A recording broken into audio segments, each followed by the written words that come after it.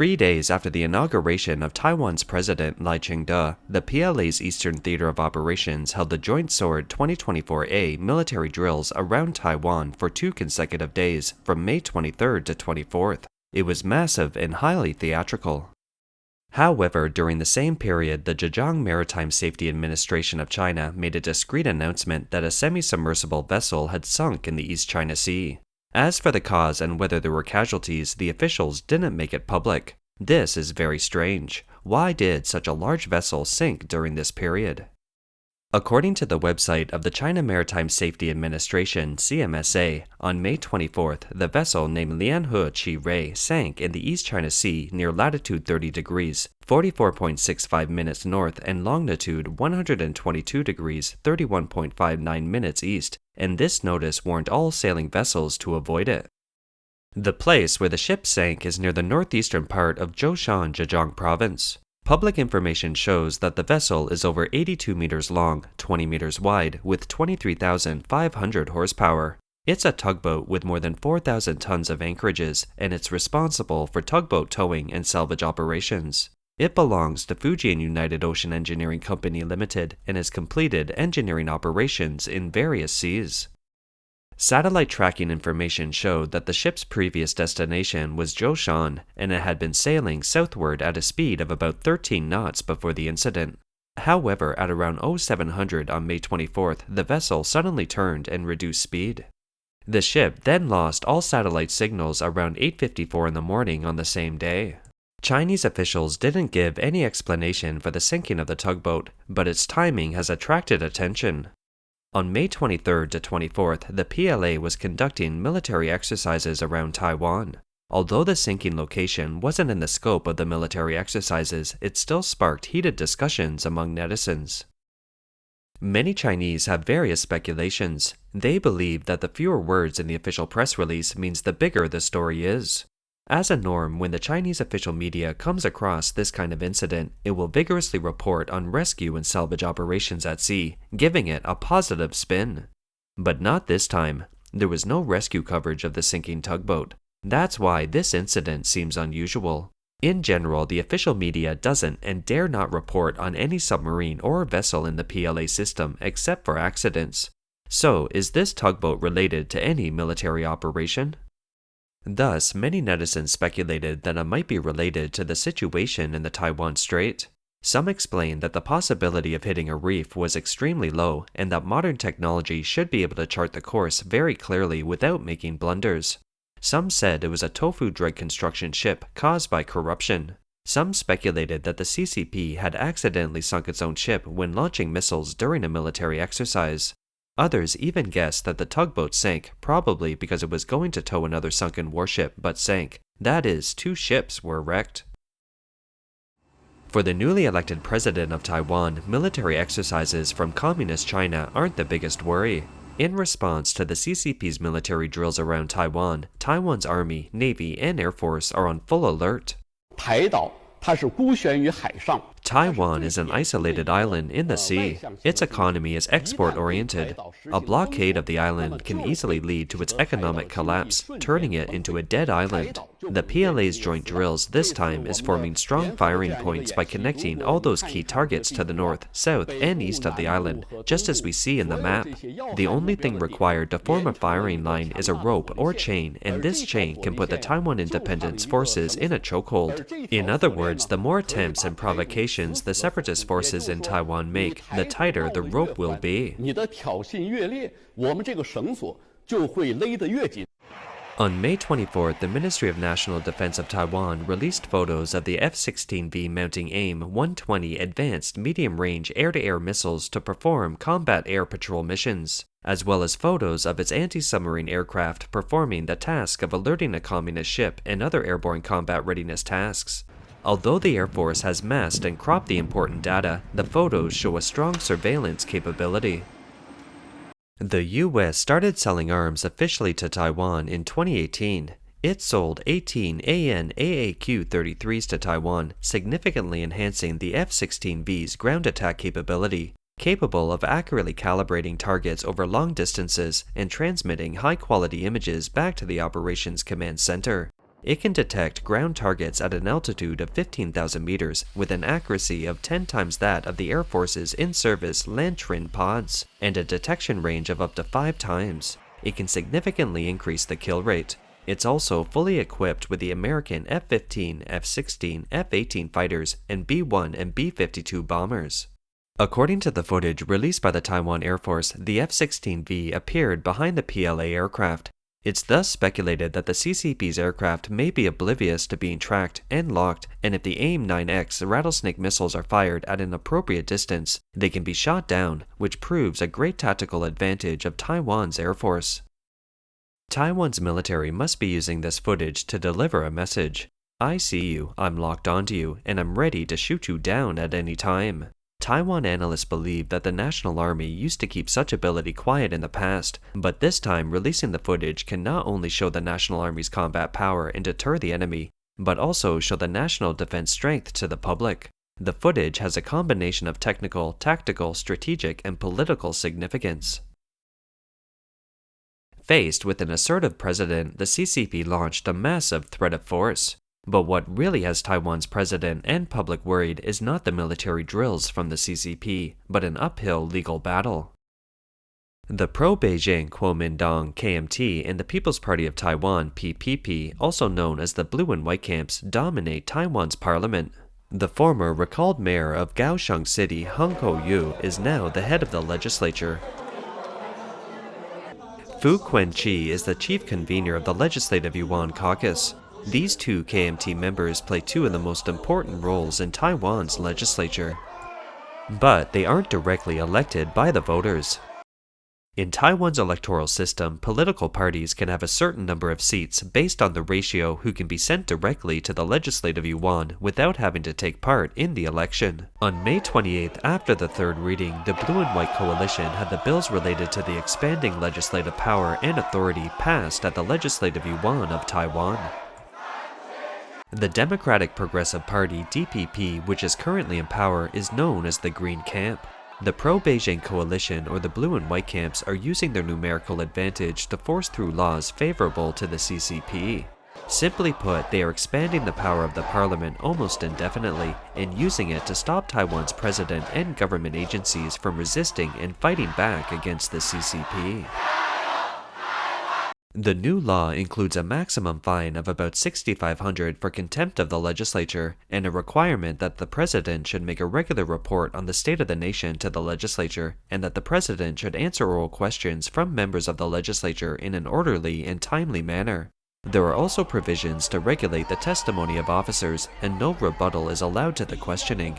Violating this will result in heavy fines. Government personnel, when under questioning in the Legislative Yuan, if they make false statements, they will be criminally liable and prosecuted according to the law. While exercising its investigative power, the Legislative Yuan requires government agencies, military forces, legal persons, organizations, or affiliated persons in the community to provide relevant information. If a legal person, organization, or affiliated person in the community violates the relevant provisions, it may be fined up to 3,000 by a resolution of the Legislative Yuan. With such a power, the Legislative Yuan can, on the one hand, restrain the government from exercising its executive power from the president to the officials of individual departments, and leak state secrets to the CCP through the Legislative Yuan. On the other hand, it can pass or amend bills that are favorable to the CCP without any obstacles.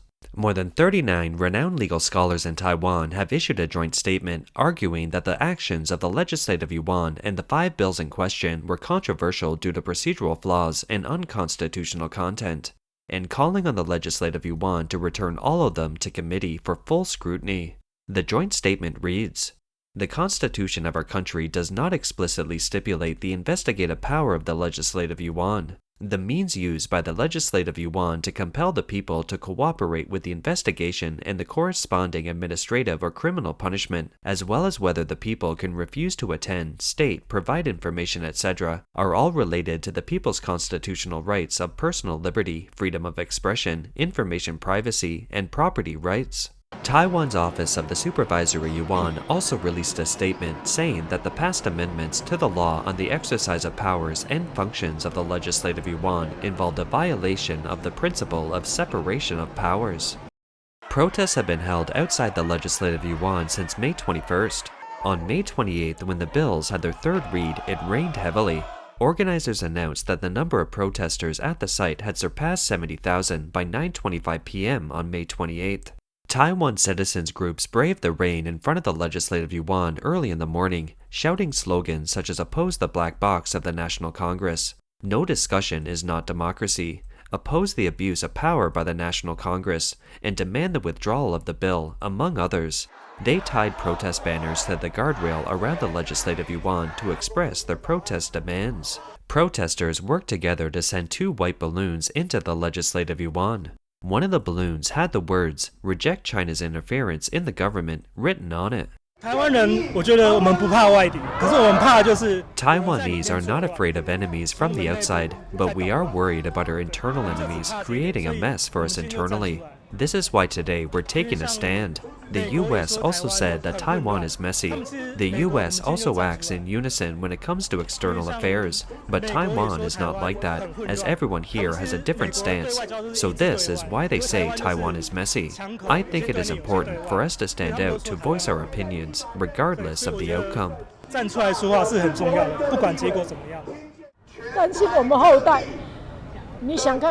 I'm worried about the next generation. Look at the politics in China now. Its economy is bad, and its youth do not want to work. Are they as good as the democratic Taiwan? Taiwan is great. Why do they, the legislators from KMT and TPP, want to destroy Taiwan's democracy?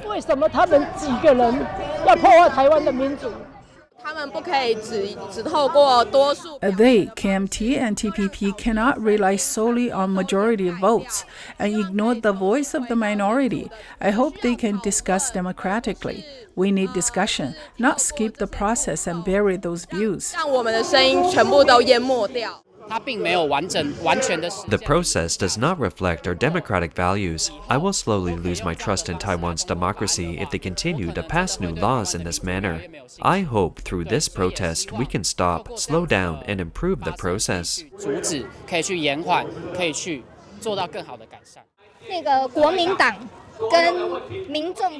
Kuomintang and Taiwan People's Party are both secretly supported by the Communist Party. This is why they create chaos in our parliament. Our parliament does not need reform into what they proposed. I think China is the one needing reform. Why do they have to meddle with us when they themselves do not have a democratic system?